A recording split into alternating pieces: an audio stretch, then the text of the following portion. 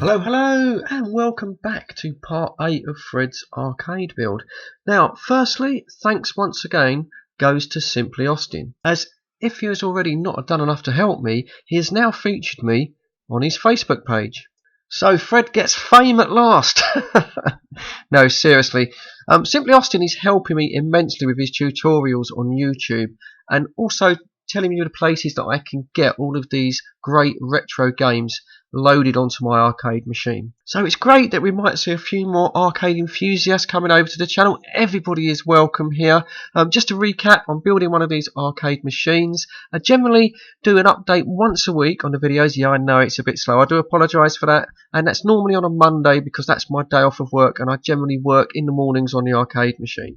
I've never built one of these things before, so it is a little bit slow, a little bit frustrating, but you will see all the errors and mistakes as I make them. So once again, really big thanks there to Simply Austin. You'll find him on YouTube, and if you're looking to build one of these machines yourself, you must go and watch his videos.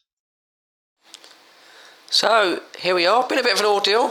2.5 hours I think I was sitting there going through Simply Austin's video and learning all the software, but I'm pleased to say, as you can see, my hyperspin now matches his. Hey, it's a really good feeling, I can't tell you. I'm quite elated. And it's fantastic. Look, you know, not only to get the two systems to tally up there, and Austin there, he's moving on to part 2 of the video, but I'm going to need to take a break now. That's about it for today. 2.5 hours sitting down now is enough for me. What a great guy. Can't and I keep saying it. So here we have it. Look at this. I know it looks all a bit of a mess and everything, but my arcade machine is now set up looking like an arcade machine.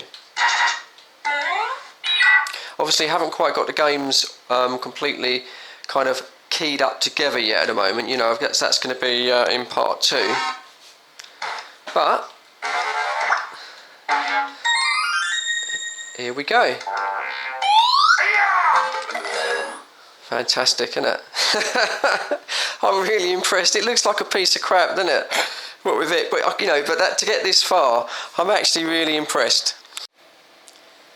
So one thing I've learned, yeah, a lesson learned by old Fred's mistakes, is that if you're going to build one of these cabinets and you're going to use a second-hand monitor like me, I wanted a 4x3 monitor.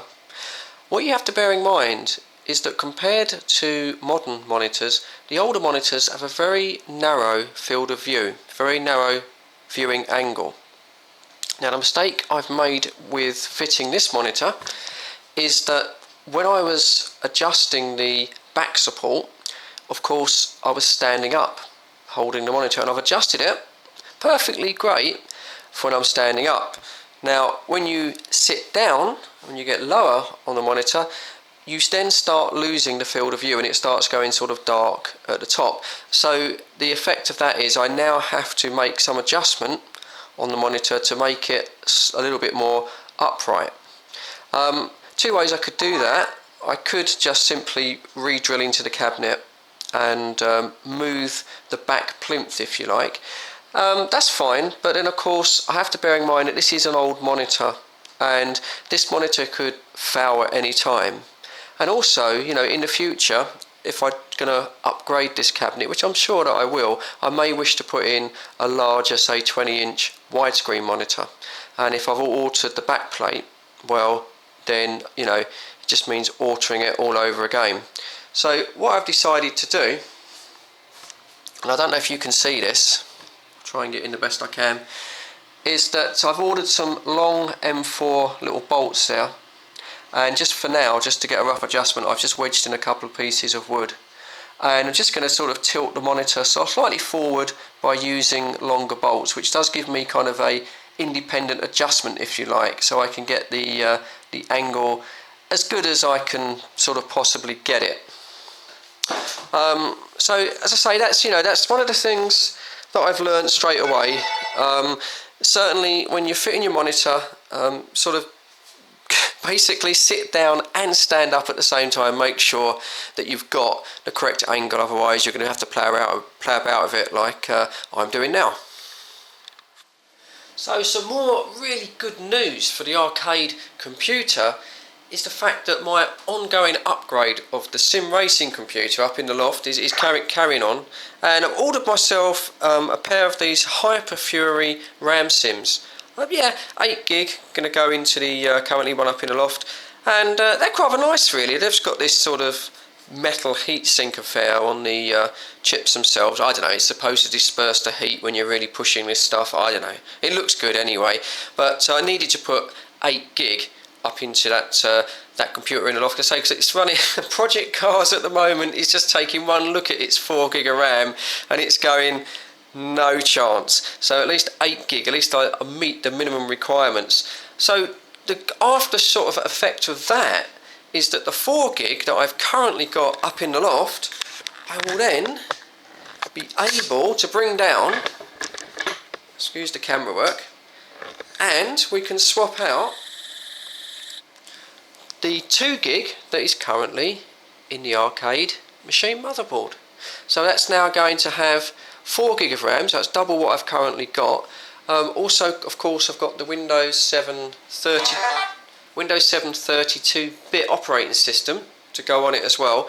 So it's not looking too bad, is it, for this little arcade machine computer? I mean, bearing in mind, this was the key computer that the missus wanted me to take down the tip, which was the whole idea of trying to build something with it. I just didn't really want to throw it out. It just seemed such a waste. So this little computer here is getting some nice sort of new second-hand components. So there we go. So I'm going to call it a day today. But as I say, when I do this software and things, it is a little bit boring for you guys. I know, just obviously I don't record myself doing all the software, but I do feel I'm really pleased today that I've really moved forward now. And as I say, we're halfway through Austin's first guide, and I've now got the same thing on my own machine. And yeah, really feel that I'm making sort of some progress. Just got to configure the games now so it works with the hyperspin wheel. And must say, it's looking really good on the screen now. I know the rest of it's a mess, but it's actually looking really good. So I will be doing a little bit more on the actual cabinet itself before I upload this video. So hopefully when you see it, it won't just be this sort of boring part. But as for now, I've learned enough today. My brain's starting to hurt. Getting too old for all this, guys.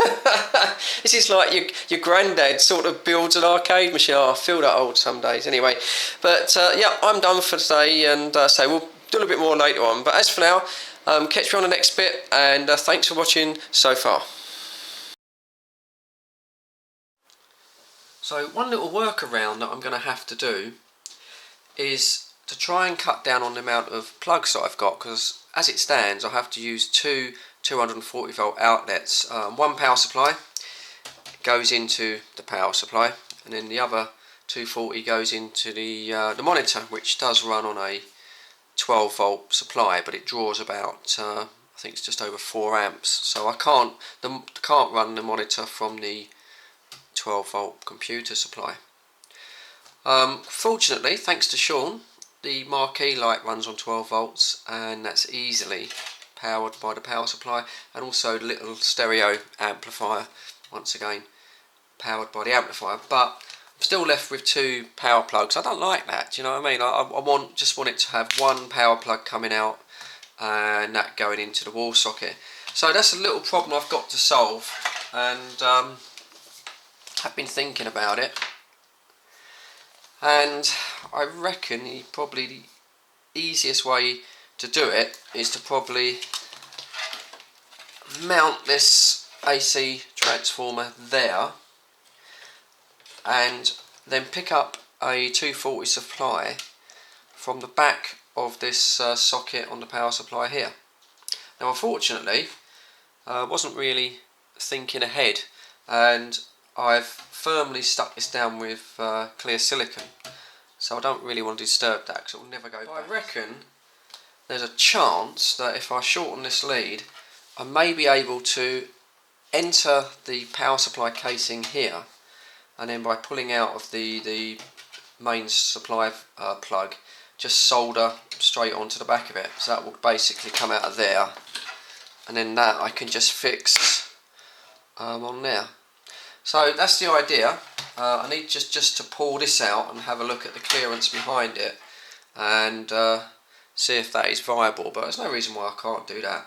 It just means I've got to drill a small hole in there, hopefully not disturb this, and we'll catch anything else. I think this room, I could maybe go in the top, that might be easier.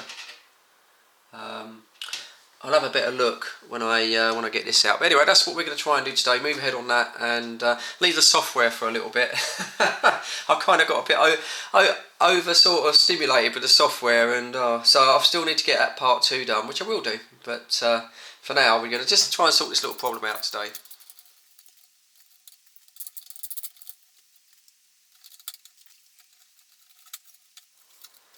So I don't know how well you can see this, but I can only partially withdraw this circuit board out here, and I think you can just about make out on the back here I've got the 2 mains connectors. I just need to establish which one's positive and which one's negative. If I can just carefully solder onto that, that will be my supply to the monitor transformer.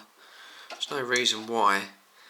Unfortunately, I can't quite pull this all the way out. There's a wire there that's going down to this switch, which once again, the switch isn't going to come out. So I think that's my best bet, is to just pick up the power straight from the back of the 2 pins there. It's not the most sort of scientific way of doing it, is it? But I think it will. I think that will work.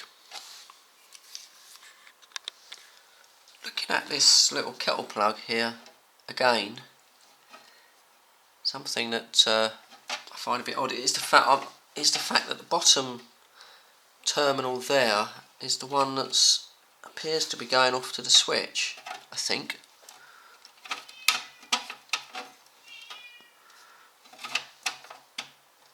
So I assume that would be earth, but I'm beginning to think that perhaps that isn't earth.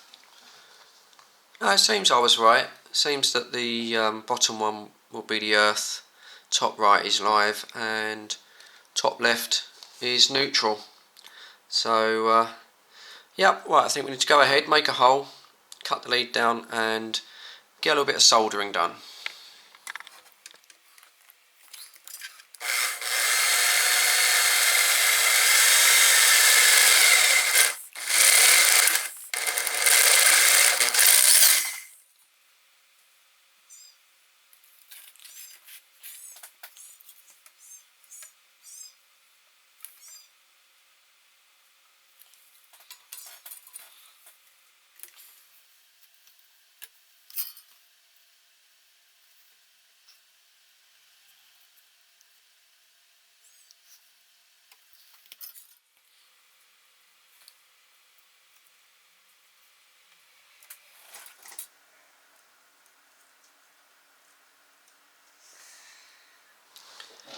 So there we go. I don't know how much you actually saw or could see on the video there, but the long and the short is I've now hard soldered the power connectors onto the back of that little socket.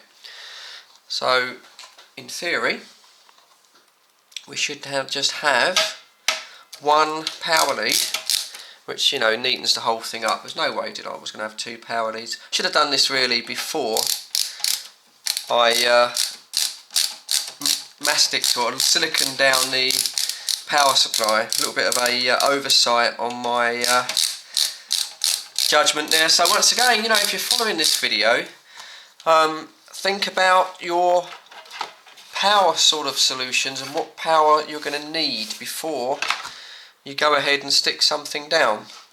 So there we go, that should now just fit in there, and then that can come up there and go to the transformer, and I think we'll just give it a little test, wait for the bang, and just wire it in and see if it all boots up.